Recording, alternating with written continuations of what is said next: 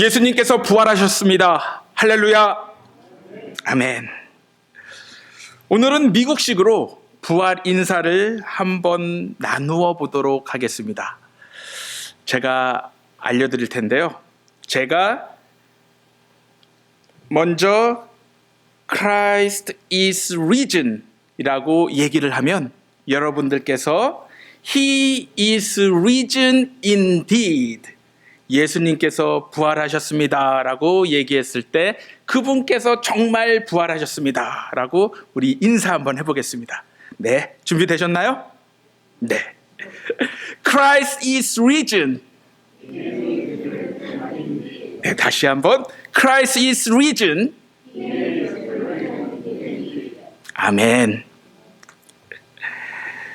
오늘은 부활 주일입니다. 우리가 교회력으로 지키는 대부분의 절기들은 예수님과 아주 밀접하게 연관이 되어 있습니다. 예수님의 오심을 기다리는 강림절을 시작으로 성탄절과 주현절, 그리고 사순절과 부활절을 거쳐 마지막으로 성령 강림절로 이어집니다. 이와 같은 사실은 우리 크리스천들의 매 순간 삶이 예수님의 강한 영향력에서 결코 벗어날 수 없음을 명백히 보여주고 있는 것입니다. 특히 교회력의 한가운데 있는 부활주일은 기독교가 탄생하게 된 결정적인 사건으로 예수님의 부활을 통해 죽음 이후의 세상만이 아닌 우리가 살고 있는 지금 이 세상 속에서 영원한 부활의 생명을 누릴 수 있음을 선포하고 있는 것입니다. 간혹 우리 주변을 보면 이 세상을 눈물과 한숨의 골짜기로만 바라보며 죽음 이후의 영원한 천국만을 사모하는 사람들을 발견할 때가 있습니다. 하지만 예수님의 부활은 이 세상 속에서 실제로 일어난 사건으로 지금 우리가 살아가는 현장이 또한 천국이 될 수 있음을 생생히 증언하고 있습니다. 바로 예수 그리스도의 부활을 통해 하나님의 새로운 능력이 우리 가운데 얼마든지 일어나게 되었던 것입니다. 이러한 이유로 우리는 부활절을 생명과 희망의 계절이라 부르고 있습니다. 그러므로 예수 그리스도의 부활을 믿고 고백하는 우리 모두에게 하나님의 새로운 힘과 능력이 임하여 우리가 거하는 모든 곳에서 부활하신 주님의 생명이 샘물과 같이 샘솟아 나기를 예수 그리스도의 이름으로 기도합니다. 오늘은 마가복음의 말씀을 중심으로 우리에게 예수님의 부활이 무엇을 의미하는지 함께 묵상해보고자 합니다. 예수님의 삶을 자세히 들여다보면 대부분 남자들에 의해 둘러싸여져 있는 것을 발견하게 됩니다. 예수님을 따르던 12 제자들도 모두 남자였고 예수님을 십자가 죽음으로 몰고 간 종교 지도자들도 남자들이었습니다. 심지어 예수님의 십자가형을 집행한 로마 군사들도 남자였습니다. 하지만 오늘 우리에게 주신 마가복음의 말씀을 보면 예수님을 따르던 여인들이 그 주인공으로 등장합니다. 이들은 막달라 마리아와 야고보의 어머니 마리아, 그리고 살로메입니다. 이 여인들은 안식 후 첫날 이른 아침에 향품을 들고 예수님이 머물고 계신 무덤으로 묵묵히 향했습니다. 아마도 이들이 향품을 들고 무덤으로 향했던 이유는 예수님이 십자가상에서 죽음을 맞이하셨을 때 이들의 애타는 심정을 표현할 길이 없었기 때문이었을 것입니다. 그래서 다른 사람들의 눈을 피해 마지막까지 예수님을 온전히 섬기고자 하는 마음으로 이들은 날이 밝자 예수님의 무덤을 향해 나서게 되었던 것입니다. 하지만 이 여인들에게는 한 가지 큰 걱정이 있었습니다. 그것은 무덤 문을 굳게 막고 있는 큰 돌을 과연 어떻게 열어야 하는가였습니다.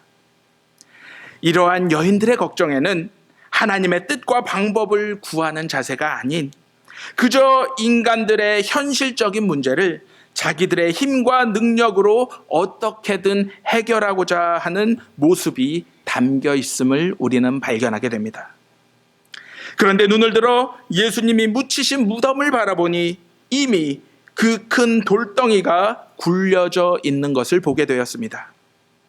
여인들이 급하게 무덤 안으로 들어가자 웬 젊은 남자 하나가 흰 옷을 입고 오른쪽에 앉아 있는 것을 보며 크게 놀라게 됩니다. 그때 그 남자가 여인들을 향해 이렇게 말합니다. 놀라지 마십시오. 그대들은 십자가에 못 박힌 나사렛 사람 예수를 찾고 있지만 그는 살아나셨습니다. 그는 더 이상 여기에 계시지 않습니다. 보십시오. 그분이 안장된 곳이 비어 있습니다.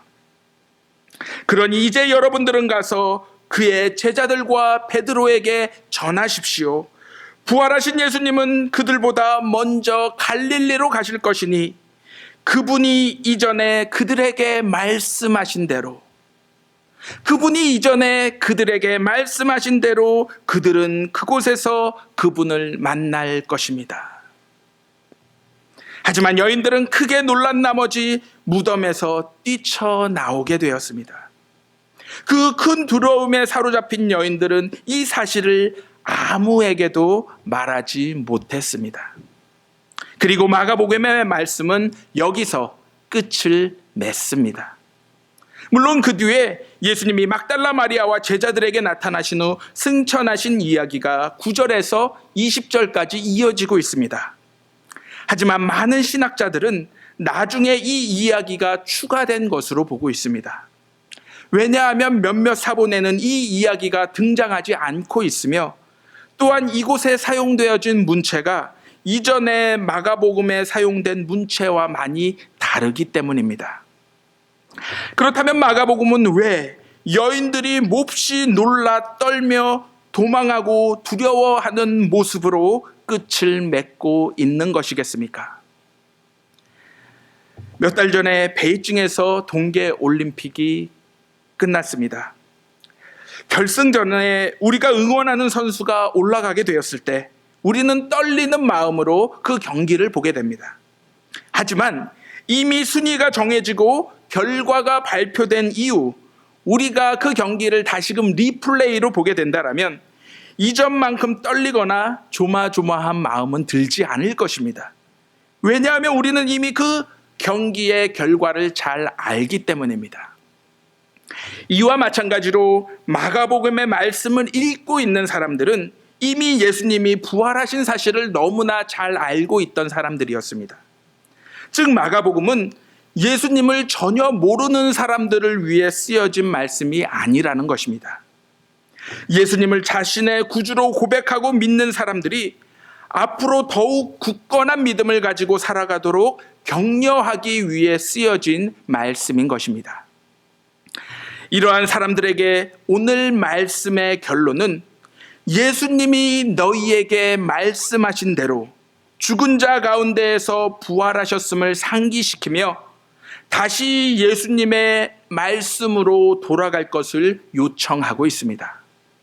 즉 이러한 여인들의 상황과 마음을 이해하기 위해서는 다시 예수님이 말씀하신 그 뜻을 되새겨 보아야 한다라는 것입니다. 마가복음 전체는 한마디로 예수 그리스도가 누구이신지라는 주제에 맞추어져 있습니다. 즉 예수님이 누구이신가 하는 질문을 가지고 이 복음서가 처음부터 끝까지 달려가고 있는 것입니다. 이제 예수님의 부활 사건 현장까지 달려온 마가복음은 예수님이 과연 누구이신지를 고백하는 최종적인 결론을 복음서를 읽고 있는 사람들에게 오롯이 숙제로 던지고 있습니다. 과연 당신이 생각하는 예수 그리스도는 누구입니까? 다시 말해 빈 무덤 앞에 선 여인들은 예수님께서 너희에게 말씀하신 대로 갈릴리에서 제자들을 만나 주실 것이란 메시지를 듣게 됩니다. 그렇다면 여인들의 시각으로 복음서를 읽는 사람들은 이제 예수님께서 평소에 말씀하셨던 그것들을 하나하나 차근차근 되돌아볼 수밖에 없는 것입니다. 마가복음에서 예수님은 3번 자신의 죽음과 부활을 예고하셨습니다. 하지만 제자들은 이러한 예수님의 말씀을 전혀 귀담아 듣지 않았습니다.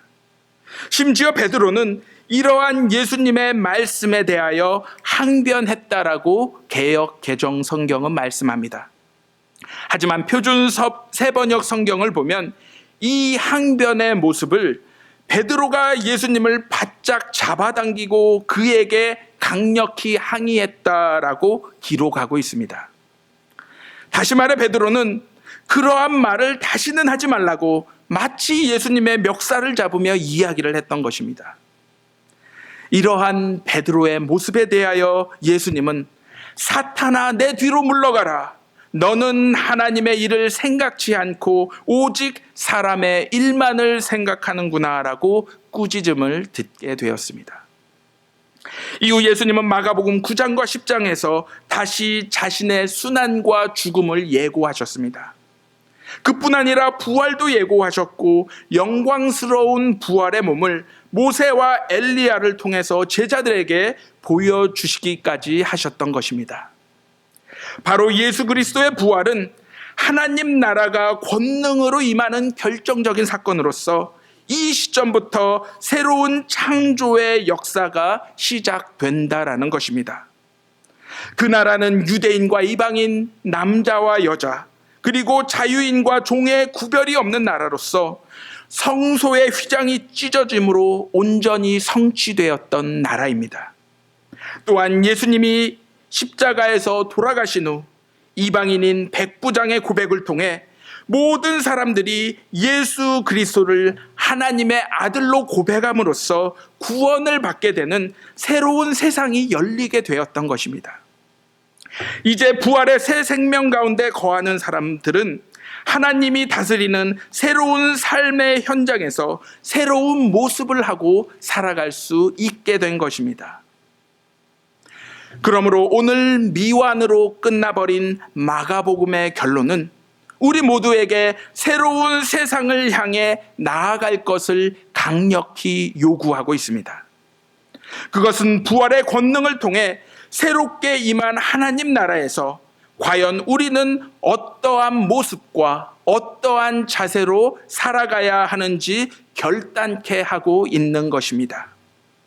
이제 불완전한 마가복음의 결론은 우리의 삶을 통해 지금 이 순간부터 완성을 향해 우리만의 마가복음으로 쓰여져야 하는 것입니다.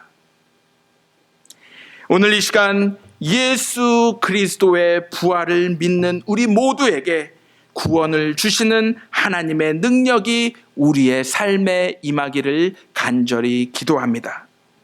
그리하여 마가복음의 결론을 우리의 삶으로 완성하여 마침표를 찍는 그 순간까지 오직 부활의 능력만을 의지하며 살아가는 저와 여러분들이 되시기를 주님의 이름으로 간절히 기도합니다.